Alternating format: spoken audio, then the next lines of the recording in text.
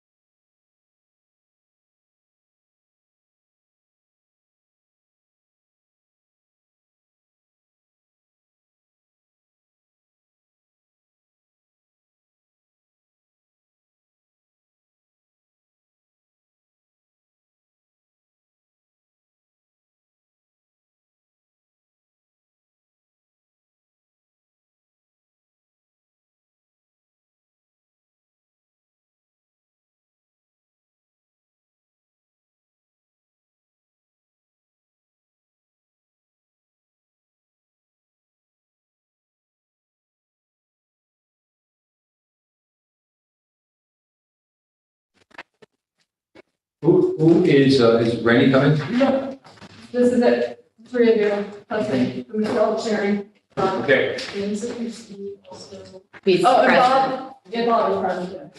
All right, good evening. This is the Laws and Rules meeting for Wednesday, July 19th. I'm calling the meeting to order at 6:35 PM. In attendance, we have Alderman Frankel, Alderman Oliveri, myself, who will be chairing the meeting, Alderwoman Michelle Hirsch. On screen, we have Alderman Bob Dennison. We also have President Schott and Corporation Counsel. Hi, Bob. So the first item on the agenda is the statement of findings for the form-based code, and that will be presented by Bartek Stardaj, our Director of Housing Initiatives.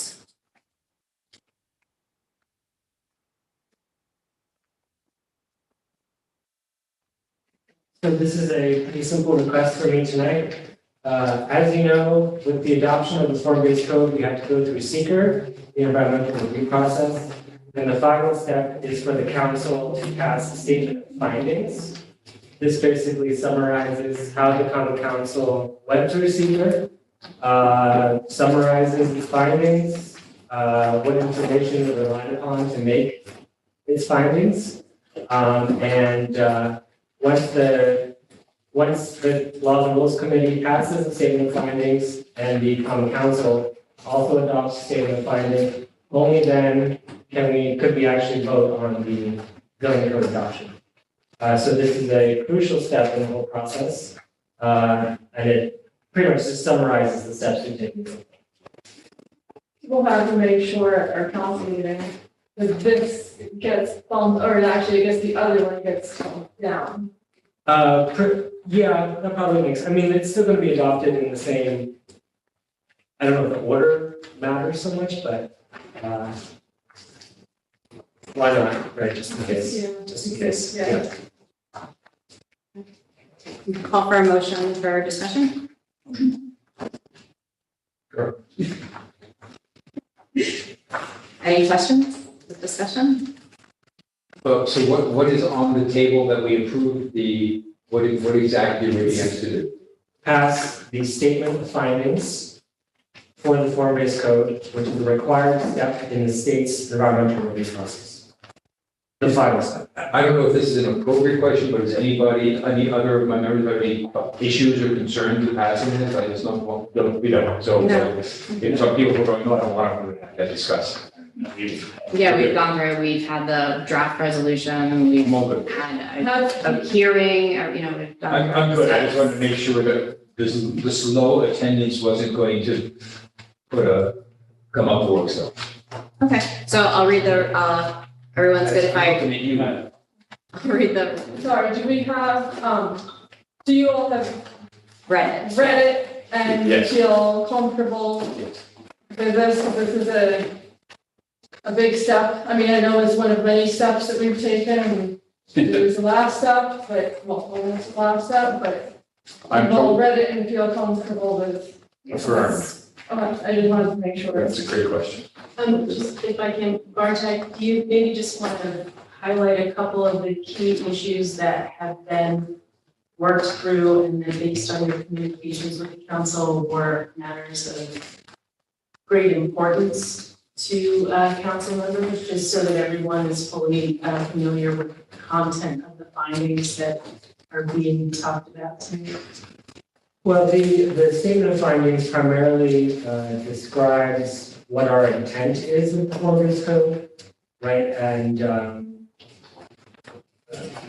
why we're dropping our existing zoning code.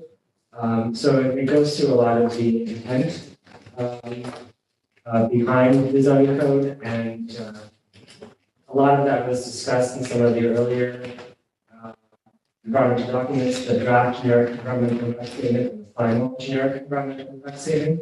It describes how we took the appropriate actions to invite public input throughout the environmental review process, such as, public notice period and having multiple public hearings throughout the process.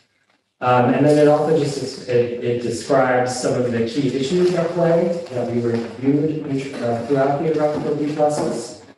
What is the impact going to be on plants and fauna, for instance, on the geography of the city, on open space and recreation, on overall land use patterns, on the city's historic resources. So the document just summarizes some of those topics and concepts. Thank you. So, and I know everybody said that they had read it. Are there any sort of other environmental issues that were, so I know that a lot of the recent discussions have been about things like affordable housing and the neighborhood stores, but I'm just wondering about any other environmental components that maybe hadn't come up that people still have questions or concerns about, or aspects of the findings that we should go over in further detail. I don't have any. Yeah. I feel like I should. Bob, do you have any thoughts or questions or? Yeah, I have one question for Bartok. Did we accepted the environmental impact, the generic draft and the generic final environmental impact statement at our last meeting? Did anybody make any comments from the public after our accepting of that document? When you accepted it, the final generic environmental impact statement, Yeah, last Yes. that was accepted in July, no comments received since the July meeting. Okay, so we accepted the final draft and the final generic environmental impact statement. No one made a comment, and now we're okay. I'm fine with that then. I'm good with the finding statement. I think it's a good place to be. And I would suggest that we do the finding statement before we accept the code. Yeah, that's what I'll do, Bob. I'm more comfortable with that as well. Okay, so I will go ahead and read the resolution. So it is 7/19/23. Motion was by Perry, seconded by Michael. Resolution of the Common Council of the City of Kingston, New York, accepting a finding statement for the Kingston Forward citywide rezoning. All in favor? Aye. Any opposed? Thank you. Thank you. Thank you as ever, Bartek.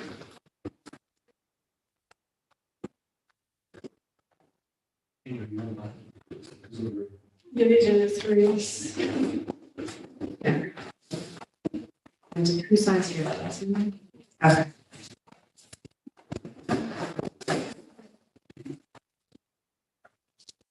Thank you. Okay, the second item on tonight's agenda is the review of the apprenticeship program, and that discussion will be led by President Shaw. Thank you. Yeah, over the last, we passed Resolution 2004 of 2022, which was October of last year. Since the beginning, early this year, people have reached out, contractors, my guest who I will invite up here, and if you want to come up here, has reached out to me. I know several aldermen about their concerns on the amendment that we had made. And Kenny and I met, I think it was in March, to discuss some ideas. Took me a little longer than I anticipated to get here, but I also just wanted to see how things were rolling. And what I'm hearing is the amendment has put some issues into some of our projects. So I would like us to reconsider that amendment and perhaps start an apprenticeship program that still meets our intent, but isn't going to impact the city negatively. So I've invited Penny, who is from Merit Alliance, who can explain a little bit more on all of this in greater detail than I can. So thank you. Thank you very much. I appreciate the opportunity to talk to you and to really have an open conversation. So first and foremost, we are an apprenticeship program sponsor. So we wholeheartedly support the concept of requiring contractors to participate registered apprenticeship training programs. It's a great model. It's been around for centuries, if you really go back to it, right? And it works to develop sustainable careers. And that's what it should be about. It really should be about how do we get people who live in local areas, people who have been perhaps in one industry and decided it wasn't for them, kids coming out of schools, how do we find a way to meet their career development goals? And apprenticeship training works. You earn while you're learning, you get mentored, there's like a zillion reasons it's a great system. I'm an old BOCES, well, I'm a former BOCES teacher, I'm also an old BOCES teacher, but, the BOCES model, right, when you have kids in high school, you have a half hour of classroom time, and then for 2 hours or an hour and 45 minutes, you send the kids into the shop so they can learn with their hands. Because that's how it works for a lot of us, right? That's how we think. So apprenticeship is really a great model, whether it's union or non-union, right? And I think one of the things that has really tainted the conversation, most significantly in the past 2 or 3 years, is that it has become a union versus non-union agenda item, and it really shouldn't be. It should be about, does the program do the right things, right? Are they enrolling people graduating, and are kids learning and getting jobs? And I use kids as a very generic term because I've got both right here. So one of the things that has serviced, well, let me digress a little further. The apprenticeship, the change to labor law, 816D, happened in 2001. So that was concluded. Happened in 2001. New York State labor law changed in 2001 that said municipalities may, at their discretion, require contractors to have apprenticeship programs. That's all it said. And ever since then, we have seen an expansion of apprenticeship requirements. Again, I think it's a good thing, but there has been no consistency in how those apprenticeship requirements were drafted or implemented or enforced in some situations.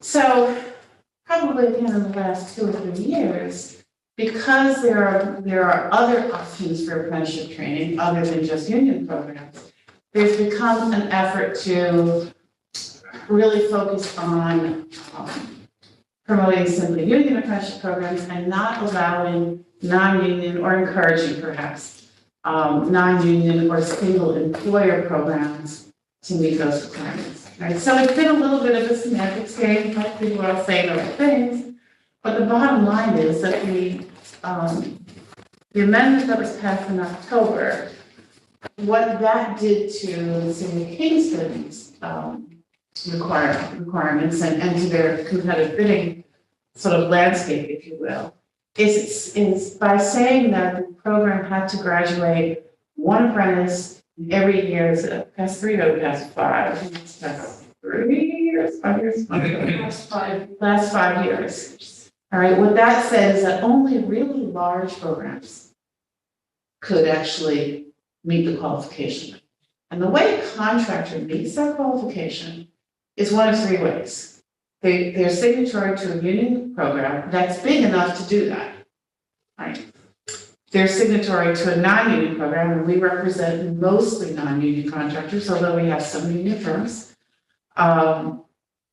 Or the contractor has his or her own apprenticeship program. So to back into it and not give you too much to think about, apprenticeship programs range from 2 years to 5 years. You have to have an apprentice enrolled. If you have, as a small employer or small sponsor, if you have an operating engineer apprentice in year 2, and you're a small contractor, you're not going to graduate that kid for another 3 years because it's a 4 or 5 year program. So if that small contractor has just one or small sponsor has just 1 apprentice, you've already disqualified that contractor from bidding your work. Simply because you're not big enough to have excess apprentices. You can't just get more apprentices, because for every apprentice that you have, depending on the trade, you have to also employ a number of journey workers. Maybe it's 3, maybe it's 4. So that small sponsor, if you say, well, you need to get more apprentices then, well, that's fine. I'm just going to have to get me 12 new journey workers to make the ratio compliance. Now, if that small contractor, small sponsor doesn't have the work to support those people, What, excuse me, what are the compensation, if any, does apprentices get? What's their? oh, okay, it varies. All right, Okay. so there's something like 70 different construction trades, wide range, but all apprenticeship programs are broken down into terms. Those terms are defined typically by hours, 1,000 hours, 1,500 hours, 2,000 hours. So every term, they go up. Typically, it's expressed as a percentage of a journey worker. So a first term apprentice would typically make, let's say, 50% of what the average journey worker is. So there are two sets of rules that apply. For the program, right, those wages and those increments that go up are enforced on private work. So working a project at Walgreens, working in the yard, working whatever it is, something other than prevailing wage. If the apprentice is on a prevailing wage project, so the county prevailing wage is what rules, right? That progression of wages is dictated by the state. So it will vary from Ulster County to Albany County to Monroe County to Erie County. And again, a wide discrepancy. Typically, they start out 60%. It depends on where they are, 50% as a first-term apprentice. And by the time they get to that last term, they're usually at about 90% of the journey worker rate. So it's the incentive, right? It's kind of like saying, here you go, gotta get to the next step. Here you go, gotta get to the next step. You know, and then it moves forward from there. Once an apprentice graduates a program, whether it's a single program, multi-employer open shop program like ours, or a union program, they are journey workers. Deemed by the state. Now, not all journey workers on prevailing wage projects have completed apprenticeship programs, right? Because it's an arbitrary designation. If you don't go through the registered apprenticeship program, if you're not registered in an apprenticeship program, you're a journey worker. It doesn't really reflect skill sets, right? Okay. So just, if we were all decided we wanted to be carpenters tomorrow and we're working on a project with no training, we're all going to get the journey worker level, regardless of our level of expertise. So an apprenticeship program is designed to set those individuals based on their skill attainment up through the wages. So for instance, our apprentices, we have 5 trades: laborers, carpenters, operators, cement finishers, and iron workers. All of our apprentices start somewhere around 17, 18 bucks an hour on private work. They have a benefit of $18.50 an hour on private work, and then they step up to about 2021. When they're on public projects, they take the affiliated steps based on hours completion. So, two questions. So are the obstacles for small contractors financial, are they logistical, or are they both? Yes. It's both. It's both. For a small employer, if you've got a small electrical firm, I'll use electrical as an example because it's an 8,500 hour program, which means it's about 10 years. Wow. Or excuse me, 5 years to get to those 8,500 hours. Because nowhere in construction, or very seldom in construction, do construction workers work 2,080 hours a year. You just don't. It rains, it snows, it's muddy, it's too hot, we have bad air quality, whatever, right? So most construction folks have a layoff period. So during that, so they have to navigate through that time period. If a small contractor has one apprentice, year one, and he's just got the work, he or she has just the work to support one apprentice, one journey worker, or one apprentice and maybe 5 journey workers, but not 6, right? He's not going to graduate that electrical apprentice for 4.5 years, 5 years. So for that entire duration, that contractor is excluded from bidding city work. Now, the difference is with the original law, just saying that they have to have a 30% graduation rate. If that small contractor in the program's existence has only ever had 3 apprentices, and he's got 1 enrolled right now, and 2 of them graduated, right? He's actually at a 66% graduation rate, right? So the stumbling block for contractors isn't the 30%, and I would suggest that everybody should be able to meet that.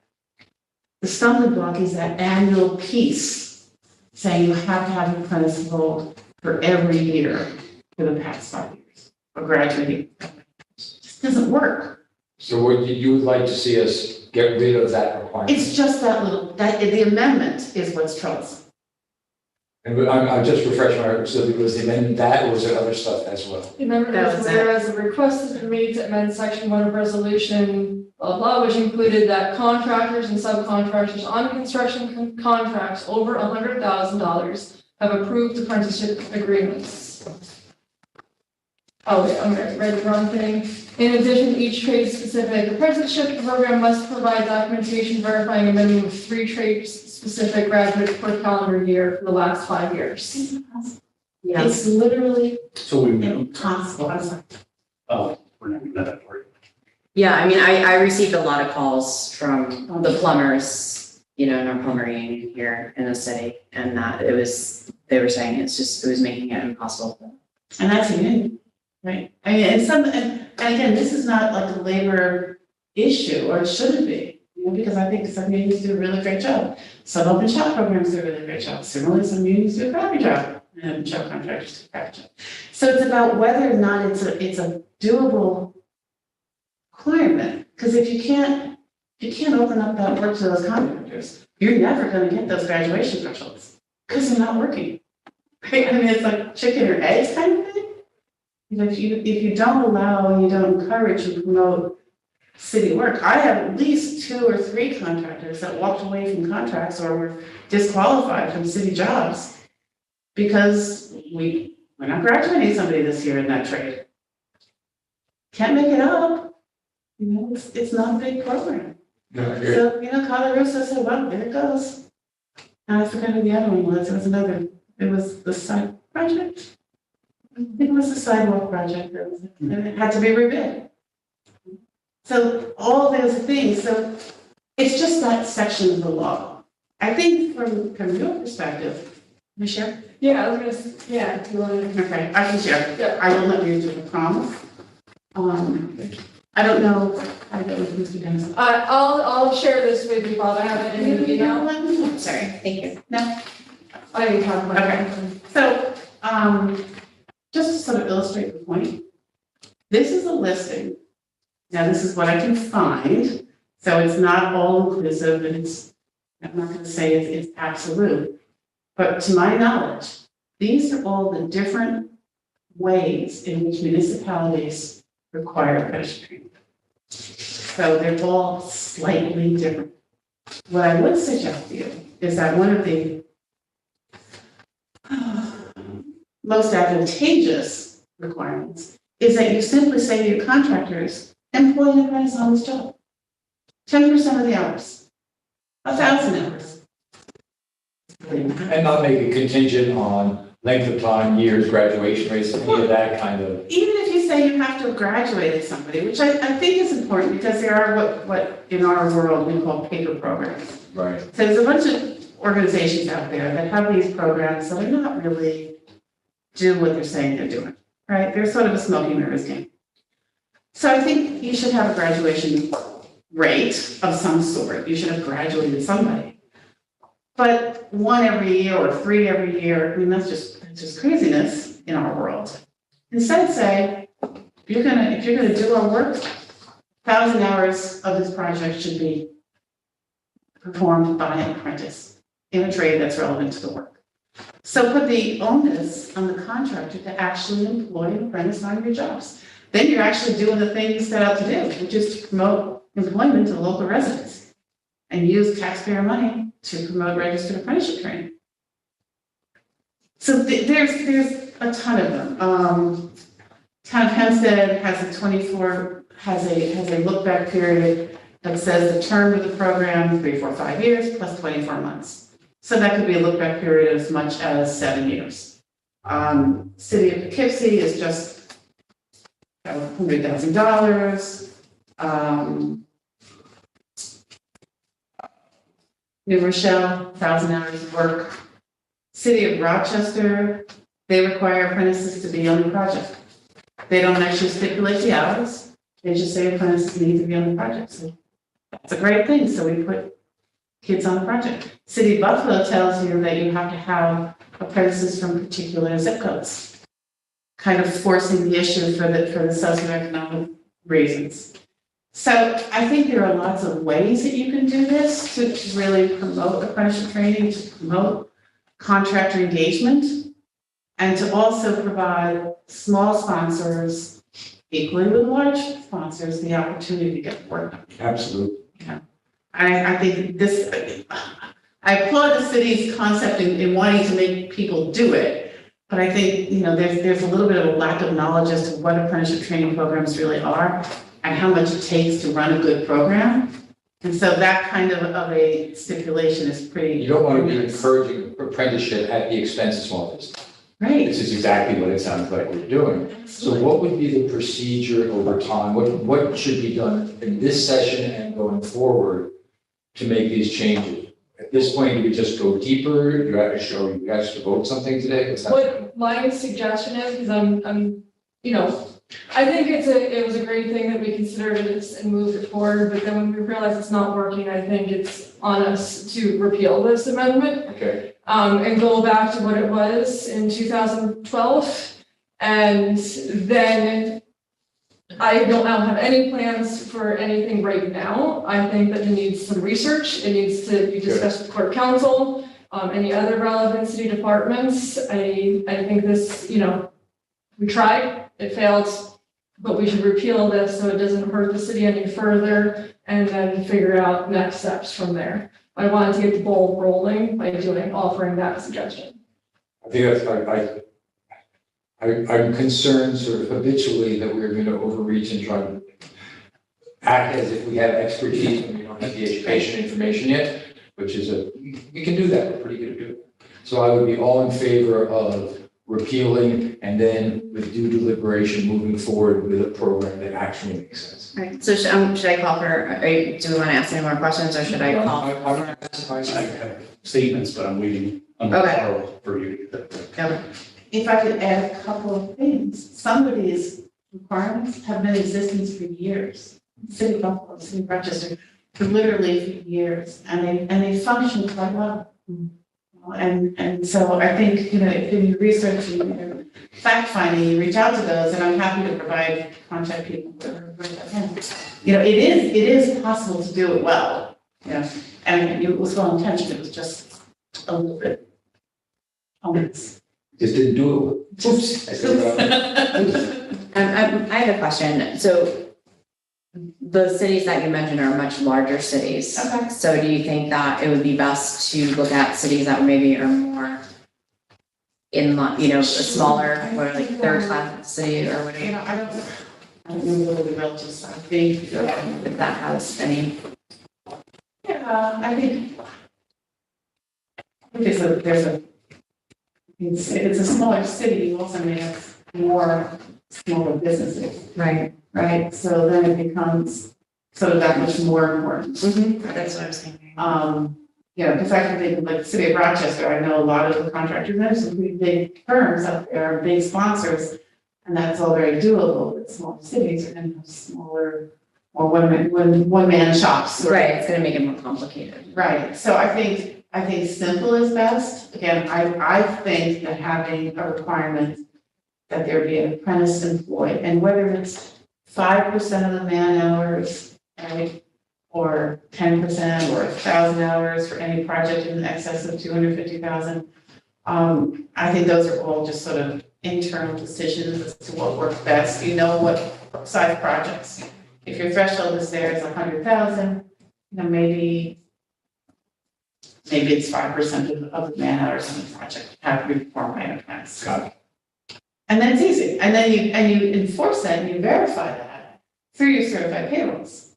Right. And you're not worrying about, some other arbitrary number, because honestly, graduation rates, they change on a daily basis. Right. My graduation in April is now different than it, because we just graduated a bunch of kids. Yeah. Right? No, it makes sense what you're saying, absolutely. Okay, so I'm going to call for a motion Did you to have enter something? into discussion. You had something to say before, or? Once we get to the Or discussion request, part. yeah, discussion. So who made the motion? Sorry, you, Michael. You're second? So, Okay. Michael? Okay. Now I can. So, I think this is a great idea, but one thing we also have to look at, if anyone's on the fence, is that this could potentially also help lower the city's contracts, i.e. the costs of them. Because if there's only, one company right now that's meeting this requirement that bids on a job, if they're the only one that's bidding on them, we have no choice but to pay what they're offering. If we have, 5 companies, then, the company A can't get greedy with it. My only concern is how you were stating just possibly putting an apprentice on a job. What's stopping them from saying, okay, we're hiring an apprentice for this job, and if they don't have anything coming down the road, the second they're done, they quote unquote fire them. I mean, I would like to see that, and you mentioned some others had like the documented graduation rate, like, hey, yes, we are having people, like, my concern is, okay, yeah, we're gonna hire Andrea as an apprentice for this job, and the second it's done, boom, you're gone. And you make a really good point. So one of the things that happens in the apprenticeship world is that all apprenticeship programs, the entity that has the apprenticeship program is referred to as a sponsor, right? So I'm a sponsor of 5 programs. The plumbers are a sponsor, individual contractors are a sponsor. Twice a year, the Department of Labor comes in and they look at all of our records and they want to know who's in, who's out, what happened, why they did it. If you show a pattern of bringing apprentices on, dropping them off, right, real quick, that's considered a deficiency in the program.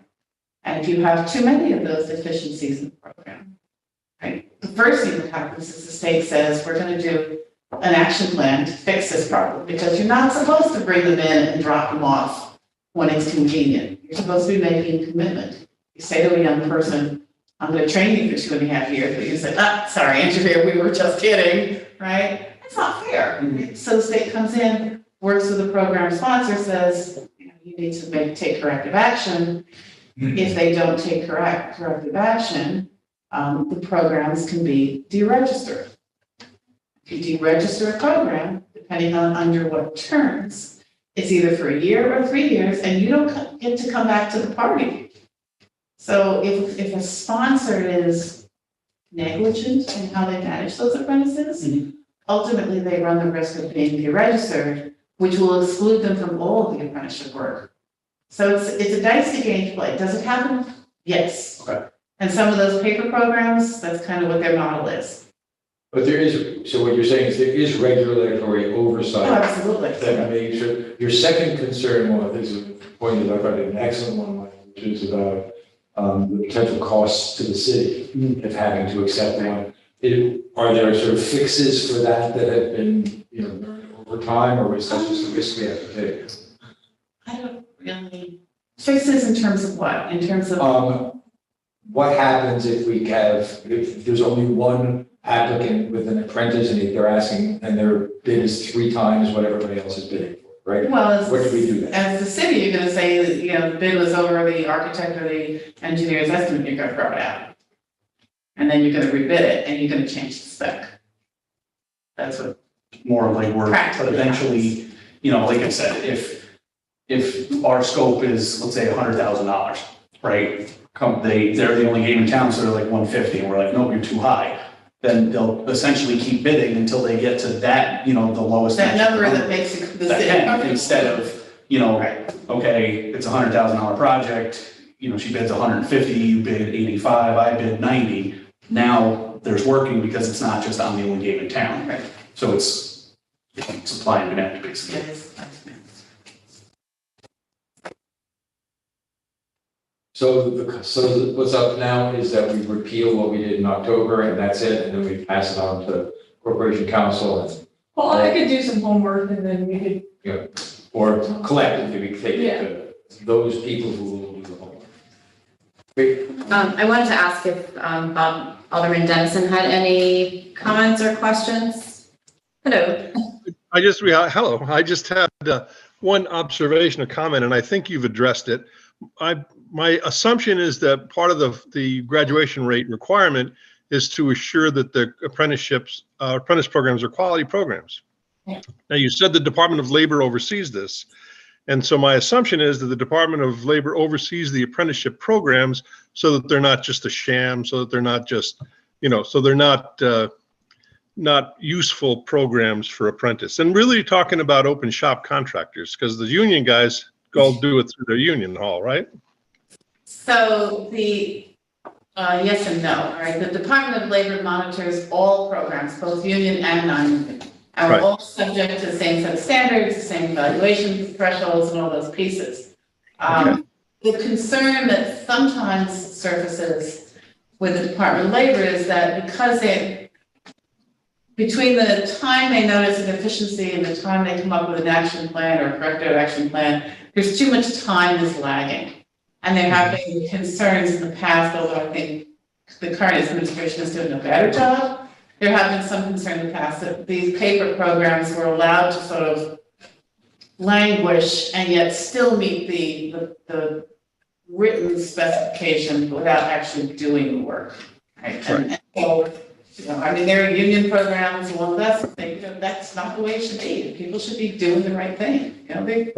Let's give them a job so we can have a life. And that's our fear. And I think that if, presuming that they're making advances and making sure that the programs are legit, I think it's a good idea to remove the graduation rate requirement.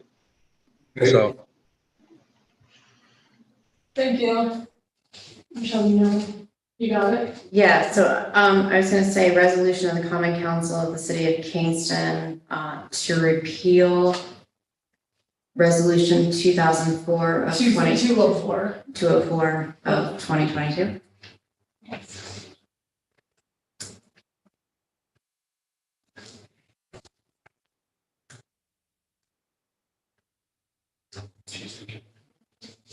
Said you're thinking.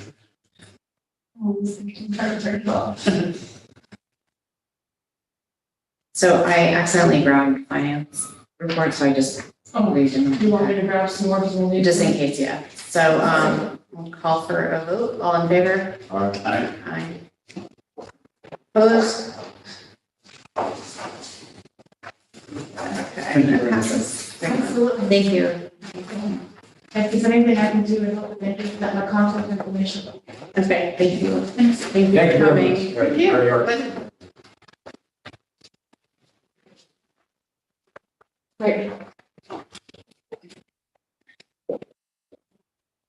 I will be back in 1 minute. Okay. But keep going, please. Okay. Yeah.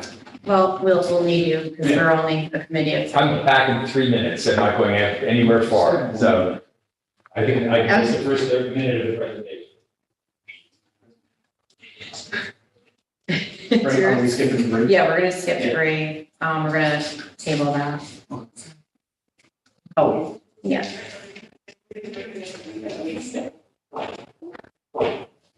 We lost a member? He said he'll be back in 3 minutes. So we're tabling number 3, vacant property and foreclosure issues. Yes. Okay. And then the next item on the agenda is number 4, 48-hour rule for information, which was submitted by Alderman Oliveri. And he would like to wait for Alderman Frankel to return. So, Just yeah. since we're so short. Yes.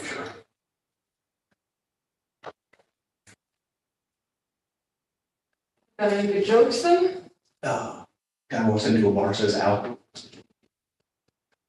That's a joke. I mean, you laugh, so I guess it works. You get it? Because he got hurt. Oh, I didn't either. He walked into the ball. I had a professor at Ulster who loved telling terrible jokes like that. And so I did that. I said that to him and he didn't get it. Like he was just, and it tormented him. He's like, what is it? I don't get it. Like he walks into a bar. And then finally he's like, and he just,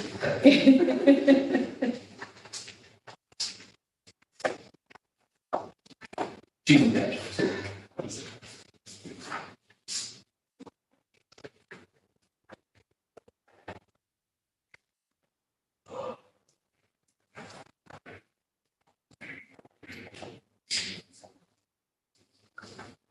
We're sorry. All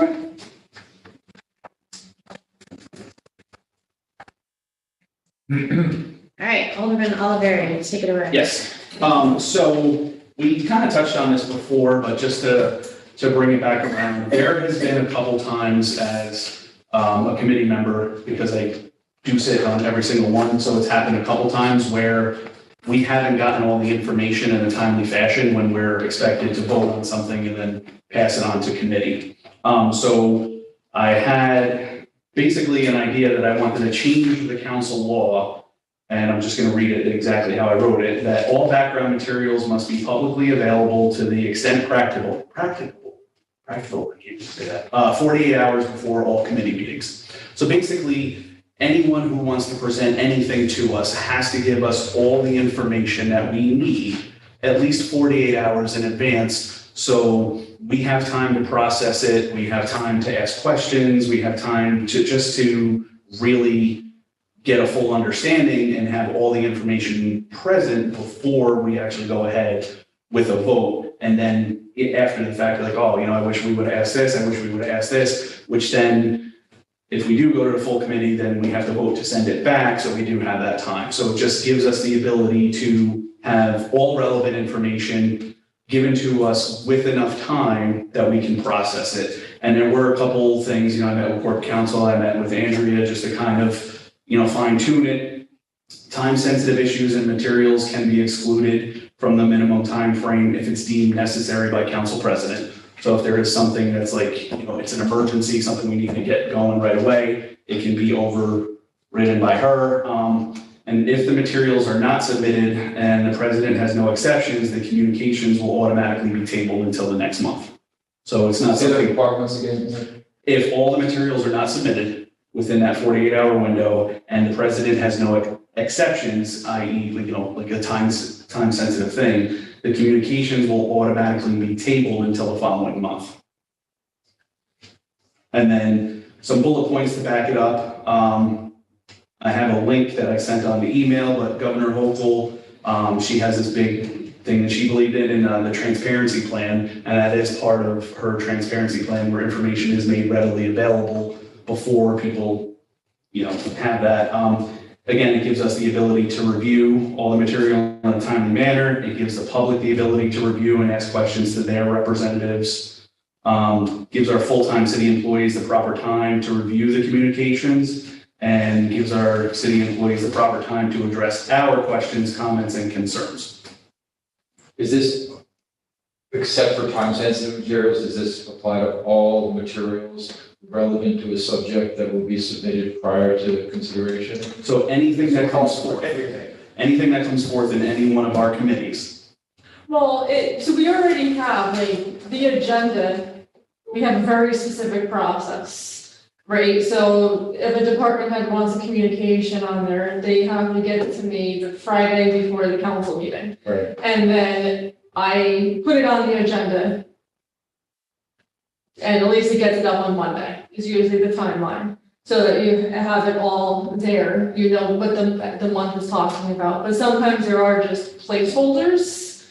And this would kind of stop a little bit. I think that's your idea, right? So we do have the general topics that are already allowed. And I can accept communications. And I'm very picky or selective with what I accept, handicap signs, for example. I've accepted that. Yeah. The Dietz Stadium, I accepted that as a late communication, time sensitive. So I do very selectively choose that. But there's a lot of things that we've come up to that we don't actually have the information to learn about. We have the broad topic, but we don't have any of the information. And I think that's kind of where Mike is coming from. And I think this is a great solution. And, I could be pretty flexible about, I'll be selective with the broad communications, but I don't have to be quite as selective with the others. If I really think a department head was out sick and couldn't get it to us for whatever reason, I'm not gonna be a total pain in the rear. That's my concern. My concern is that although the idea generally is good, there are also dangers of being too prescriptive and saying thou shalt not under any circumstances. So if That's why- this is exactly what I'm trying to Yeah. make clear, that there is leeway for sort of personal circumstances and situations. So this is ultimately, it's a statement of preference and desire, not a strict rule, as I'm hearing it described by you. Well, there's a rule with an over, yeah. It's a rule with the exception. This, Yes. it's semantic territory. It's not like you're dead in the water within 48 hours. That's the point. With this exception too, I could be like, okay, I got this information late, hey, committee members, you know, this is only 24 hours, but I feel like this is important, so we're gonna keep moving forward, so here you have 24 hours to do this. I mean, I'm all for this if the deciding party, which would be you in this case, has discretion to override. Yes, yeah, it's not just, it's not a blanket, if it's not 48 hours, oh, well, we wanted that in because stuff happens, there was some rule change where, we found out about the rule change right before it was coming to committee and it really wasn't that big of a thing, so it's like, okay, we'll allow it. This is just, in a perfect situation, you're gonna give us the information in a timely manner for us to do our due diligence on something. So let me ask one more question. Honestly, and maybe you have an opinion on this sounds more like a guidance than a requirement. Since if it's a requirement, it can be overridden at will, it's not really a requirement. It sounds like a guidance to people. We want it 48 hours. Please try to get it to us. If you don't, we'll think about it. Well, that's actually not what I hear Alderman Olivari saying. He wants it to be a requirement with an exception. So I'm hearing something a little bit different, but I did have a question about how you were phrasing it. Did you say automatically tabled? And if so, are there some circumstances where it might be useful to discuss the issue but not take a vote? Right. They can, but I mean, wouldn't that just essentially be? No, because that would No, still you're not give forced. more time, and, you still have, because if you can't vote on it, so say we had something tonight, and it didn't meet the 48-hour rule, and I didn't permit it to go forward, the committee could still discuss it, and then, but they're barred from passing it out of committee, so then it would go to August, instead of saying, no, you can't even talk about it. No, yeah, that's. Yeah. I'm fine Then, with that, too. and then that could be helpful because it could open up some questions, it could get the department head or whoever, it doesn't have to be a department head, to realize, oh, I didn't even think about those 3 questions, so then come back with even more information. So instead of losing that opportunity, I do like that change, and it is a rule, because it would be a council rule, but it would be a rule with an exception, which I view differently as a guide. Like, I see what you're saying, but I'm talking about what the reality is behind the sort of strict structure of the language and the requirement. But you agree that it's a fine line? I see the similarities. I don't care what we call it. My concern is, Thank you. I just don't want to paint ourselves into a corner and begin, as we just experienced, find ourselves passing a rule that backfires on us because we didn't think it through because we're not. I'm gonna call myself, so they're the council rules, they're not laws, right? And they're under the purview of the council president, like to have that discretion to, make calls. And the other thing is the council does approve our rules every year. So we'll be if you want this to move forward tonight, put this forward in August, we'll have a few months to test it and to see, and we could always make amendments on our rules, that's what we're doing right now. So we could always keep an eye on it, which I. Thanks for the clarification, Cheryl, and as discussed and as elaborated, I'm good with as long as the flexibility to make smart decisions are not one's by law. But I do like the change that Barbara suggested. Yeah. So I don't have it in front of me, I guess I can pull it up. Do you have the hard copy? Yeah, so I just started writing. There's been those other committees where if we had that, okay, we're going to be talking about X, but there really wasn't anything. How about if we just Rather say, than- if all then it's like materials are not submitted, Here, or, and the president has Obviously, no that everything was exceptions, changed at the 5 p.m. communication. and no one had a chance Not to look at it, passed so or we're reviewed going that on just what you're telling us. You know, and then when you read it, you're like, wait a This is minute. You think you're communication trying to- on the table, the communication cannot be passed. Maybe. I think Maybe. we're about Yeah, to I mean, say the committee I just, you know, will I'm- not vote I'm leery of making rules that, on Yeah.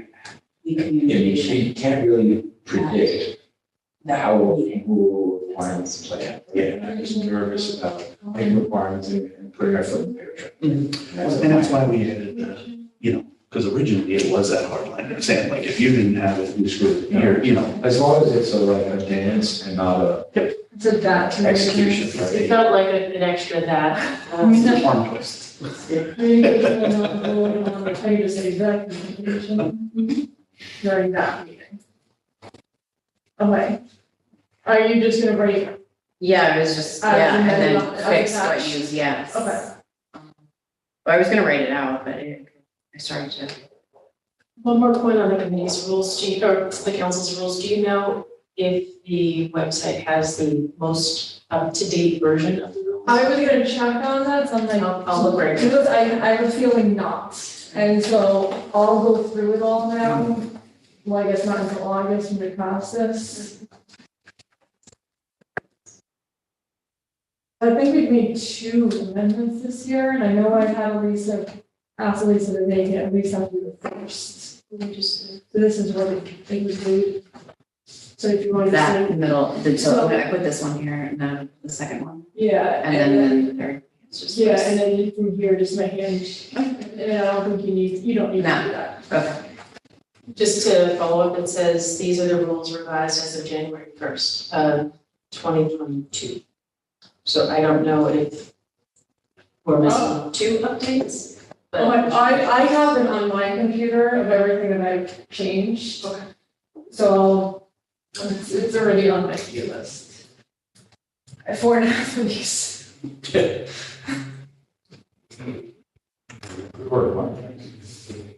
Yeah, this is really a good idea. Appreciate doing the work with this. It's your parting gift. Yeah. Did we jump over, on the did. presentation? We skipped through, yeah. She actually had asked to be tabled. Okay.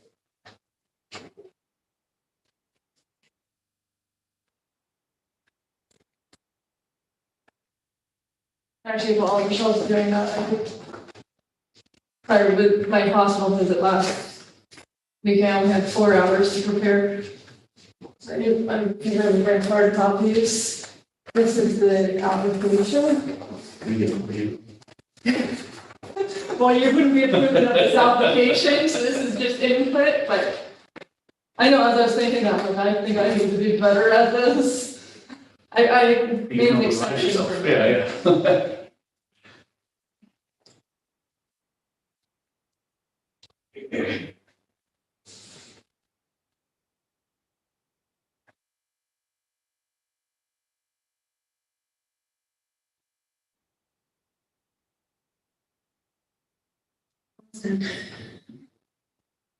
However, I could change the intent part, so I wanted to be a little bit more than what Jonathan had done. I wanted to sort of. I just wanted to sound like it was all in my business papers. That makes sense.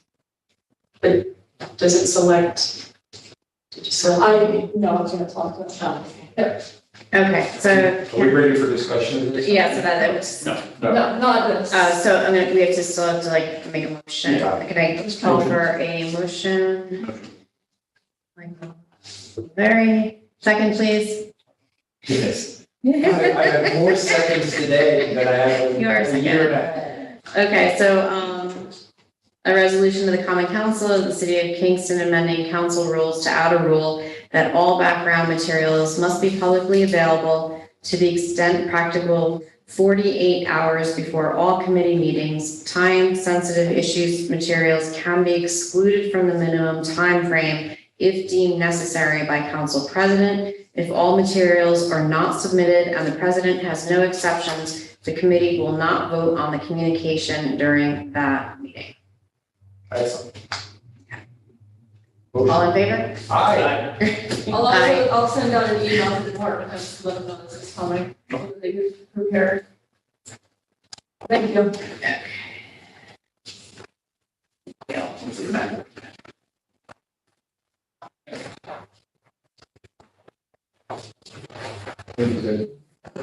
It's all good.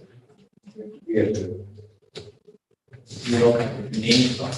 I know. I was gonna ask you later, and you know, I was waiting. Okay, so the next Somebody else may quit tomorrow. item on the agenda, number 5, is the parking task force by President Shaw.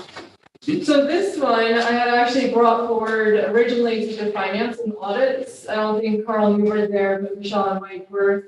And my idea was to fund not a task force, but to fund a parking study. We have, representing Ward 2, you know of the parking issues in your ward specifically, but in other issues too, not just the business districts. Snow emergencies, there were some worries about the new zoning code. And so doing some research about that, and talking with some advocates in Kingston, came up with the idea of doing a parking inventory study. And so I brought that forward to the finance and audit meeting a month or two ago. Steve Noble and I both discussed our desire for this, and we all agreed that it would actually be best to think of it as a very comprehensive idea and not to, I brought forward a few different study options, and some of them were like $10,000, some of them were $100,000. But we want to make sure we do this correctly. And so the idea is similar to the zoning task force, is to establish a group to discuss what the intent of this would be, and then to write up or work on the RFP. So this is preparatory to a parking study. Yes. Got So I just moved it over to laws and rules. It just makes more sense here, because at first I was asking for money. Here, the money may likely come, but that would be down the road. So I would like this committee to endorse the establishment of a parking task force. What I printed for you is an application. It's similar to the marijuana task force that we did. The first paragraph is our intent. And then it goes through some of the requirements. Some of them, as you could see, they don't actually, there's a couple different options. So the task force will meet periodically over so many months. I don't think they did that with the marijuana task force. I think we let them decide how long. Yeah, you guys decide. We did decide. Was it 12 months? So are they done? They have one more meeting scheduled. All right, I don't know if the parking task force is going to need quite as long, but I mean, that I left that open to see what you guys all think, and if you want to leave it up to my discretion, I could pick. I'd probably lean towards 9, because I don't think it would be as hefty, but 6 seems like, if you're only meeting once a month, that might not be enough. So 9 seems like a safe choice, but again, I'm here to. My impulse would be 9. Before you said that, I was thinking, split the baby. I think 9 sounds good, because anything smaller or larger, 12 is really long, 6 is gonna be short, you're gonna run into holidays, you know what I mean? So, Yeah, stuff happens. yeah. People miss meetings. Yeah. Real quick. I just wanted to give one bit of factual feedback about the MRTA task force, is that, without sort of putting a thumb on one option or another, but having the 1 year allowed us to sort of skip the whole holiday time and then get a little feedback on some things that were brewing. So I don't know if you would decide which component of the process this group will be working on, or if they are sort of carrying through to implementation. Well, and to that, if you make it 12 months, nothing requires them to meet all 12. I mean, if they get it done sooner, they get it done sooner. It's just it's a bigger window to complete. So there's a logic to that, and I think people appreciate a bit of leisure when they're doing public. I that is a good argument too, so really, I'm fine with it. I've changed my mind, I flip-flop officially. I think it just depends on the way that you're expecting them to concentrate. If it's more front-ended, then maybe you don't need that type of window, but for MRTA, because there was so much influx, we sort of took, I think, a couple of 2-month breaks, and it worked out. Well, so it just depends on how you want to structure the work. well, That was my initial thought, but Michelle, you good with that? Yeah, All right, and then the next, I mean, if they got done sooner, I think it's up. yeah, right? Yeah, Okay. yeah. It's not like Or they they have a have, pizza party last 1, 11, and 12. And I did put, there was a question mark with 9, but I thought that was a good number. And when we talked about in finance and audit, my suggestion was 6 appointed by the council, 3 appointed by the mayor, which is what we did with the marijuana task force. I thought that worked really well. It's a good system. So you're good with 9 members? Okay. 6 council and 3 mayor. And I did have to touch back around with Summer to ask her how we worked out how to submit that, because we had that all figured out. So I'll answer that question myself. And then any other feedback, I mean, you don't have to approve of the application, you have to approve of the task force. But I brought the application for feedback, so if you have any other suggestions, I'd love to hear it. Sorry, I know. Skimmed it, it looks fine. kind of get it on one page. You know, I mean, Or in back to terms back. of recruitment, has it been difficult to get 9 people that you sort of get to desperate moments follow? Well, the stuff that we have done as a council, I think we've been very successful. Yeah, but the marijuana task force, the red guideline board, I mean, those are, we had, before, like, the last couple of years, we really didn't do stuff like this, so there's not a lot of pool for me to be talking about. I know the city, the boards and commissions here, there is a little bit more of a struggle, but the stuff that we have implemented has been very I'm a little successful. concerned that parking may not be quite the hot. It would be- Yeah, I think there's a lot. I actually. Yeah. Yeah, there's. People who want to come in as tech, I know people have strong feelings about it, but strong advocates is another question. And so I've actually met with a group, I think there's 7 or 8 of them regularly through the zoning Okay. conversations. So you're comfortable that we'll get the 9 quality? I do. I Okay. do, you know, I think, and that didn't even involve business owners who were going to be very interested in this, I would imagine. So that was just citizens, activists in the group that I was talking about. So I do think that we can get 9 members.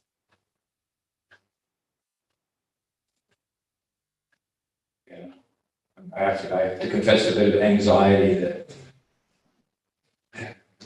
biases around parking may affect the objectivity of this. Like, I want technocrats doing this or saying what's best for the city in the light of form-based code. Well, I think that's why we're doing it, I should say, I think, this is why we're doing it this way, instead of me saying, here are the 7 advocates I've worked with in the past several months who are pro form-based code, as am I, Right, because that would be one perspective. right. But doing it through this application, and well, I don't know if you were here when you were for the marijuana task force, when we went into executive. I was not there for some reason. Okay. Yeah, so, we were able to go through this, and because it has personal information on it, that's why we didn't do an open session, and really think about making sure that there are different perspectives on here, instead of just appointing people that we know. Yeah, and I also, I had suggested to Andrea that, the possibility of having someone with a mobility issue be on the task force as well, and just has a perspective of, Great, that they can bring. So, I want to ask Alderman Dennison if he has anything to weigh in on. Yeah, I'm sure you're going to get some parking advocates who want to prohibit parking, and I'm sure you're going to get some parking advocates who are going to be horrified by the fact that our new code doesn't have parking in it. We went through this when we went through the Broadway project, and I was involved in the development of that. And there was quite a bit of animated and excited conversation about parking.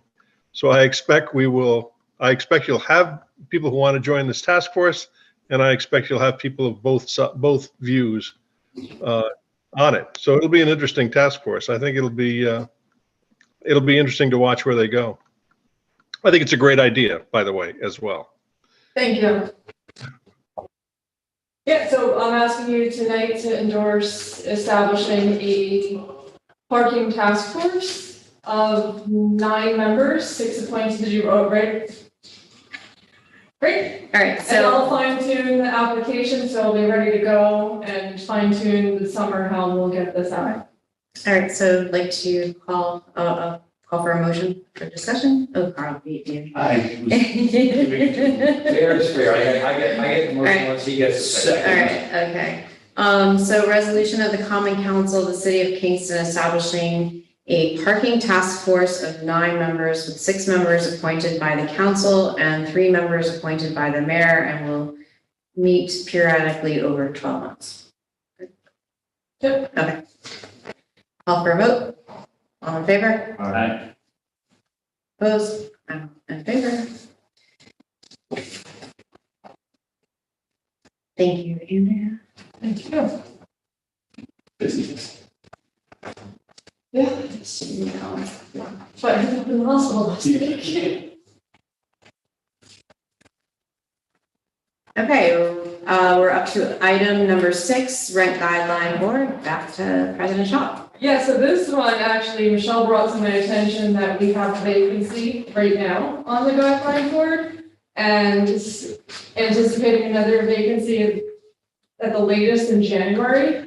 I don't know how many, I think we may have more names that we didn't assign after the application, but it's been a while, and I think we both agree that it would be smart to send that application out again. We don't need a resolution to do that, but I just wanted to, before I did that, I wanted to make sure that the committee was okay with it. To start, I don't know, yeah, I guess we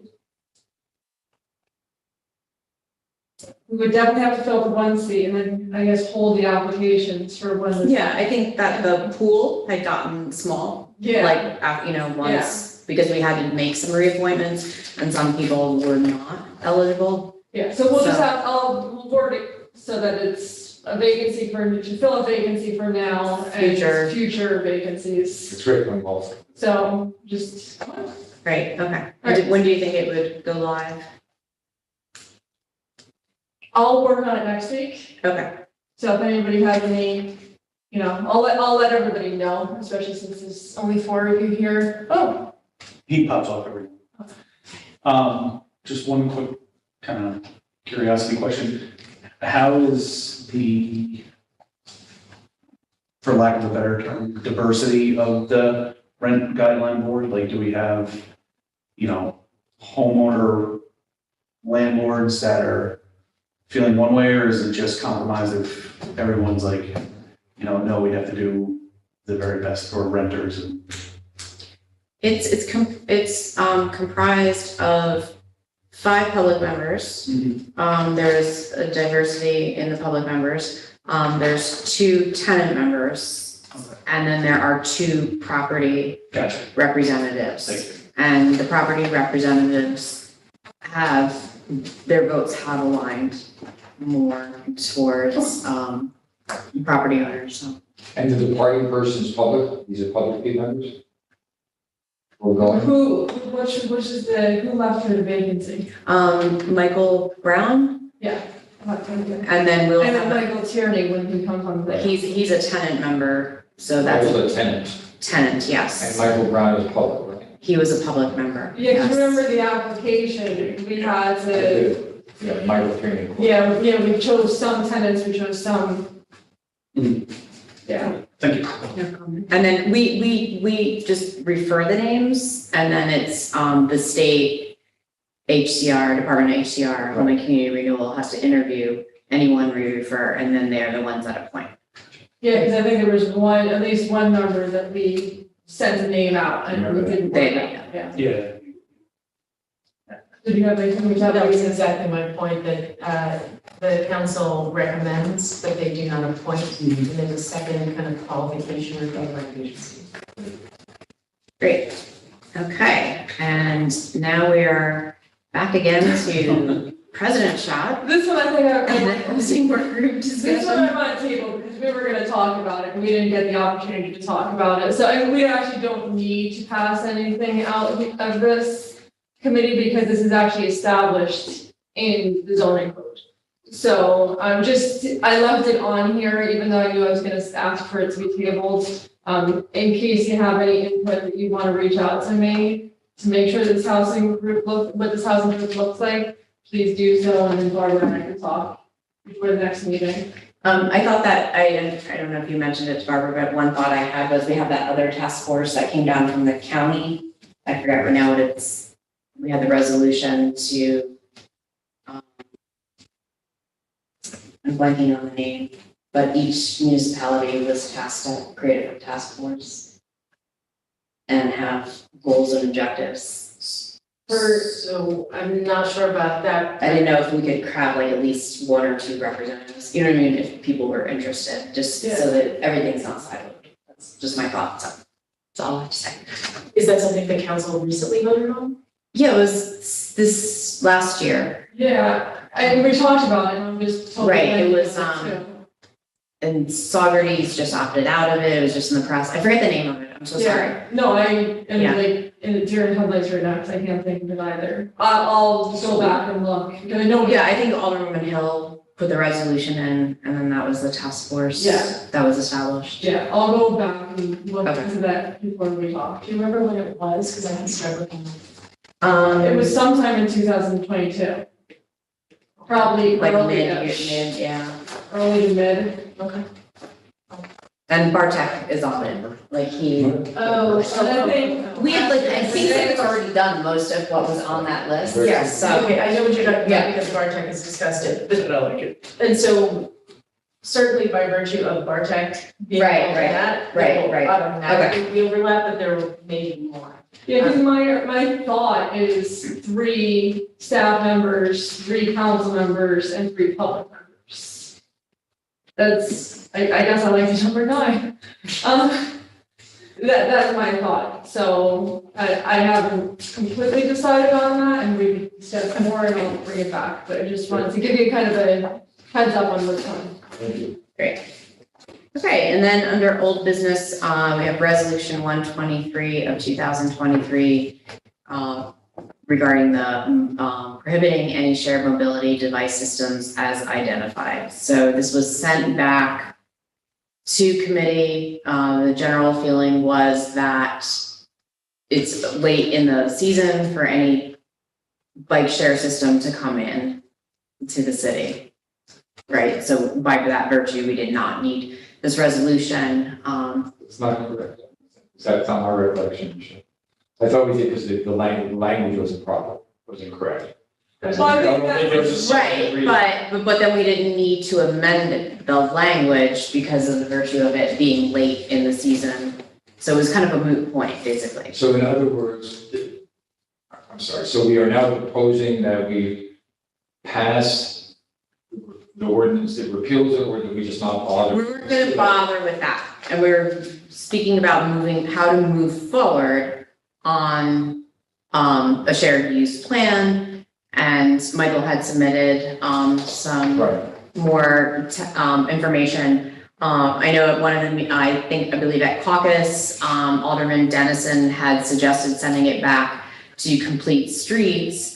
And I actually thought that the council should meet with Complete Streets. I feel like it was just an idea that we hear all about all the work that has gone into what they've done around this, and that to help us craft something.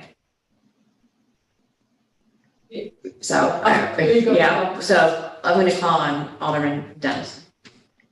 I think you're absolutely right. They've done a lot of work on this. I think meeting with them would be a great idea to find out what they have learned. They've been working on this for a couple of years. They've been thinking about it. So I think it's an excellent idea that we meet with Complete Streets and have them talk about it. Okay, great, because there's probably a lot of preliminary groundwork that answers a lot of questions or takes care of a lot of issues. And I've been looking into what other municipalities have done when they've launched different bike mobility programs. And, you know, I spoke to the mayor about the capital region. They actually brought a vendor in to have a vendor do an e-bike system just for a week for the public to try it out. I don't know how feasible that is, like before an RFQ or anything, but just so that we have more dialogue around it for the community, more education around it. I appreciate, and I think it's great that Complete Streets has been working on it for so long, but I think that our boards and commissions, some of them end up, not that information doesn't make it to the news and to the community until it comes to the council. So it had a perception of it just coming out of nowhere. So I think it would be great to have a dialogue between the council and Complete Streets and bring everybody up to speed. Yeah, I definitely support that idea. I think that's a good kind of, we need to kind of not restart this, but restart our process of this. It's just been messy for nobody's fault, but it just has been messy. And I think that's a good kind of restart. And it would seem that the timeline now is for when you really have some time, because we don't really have to take it seriously until March or April, right?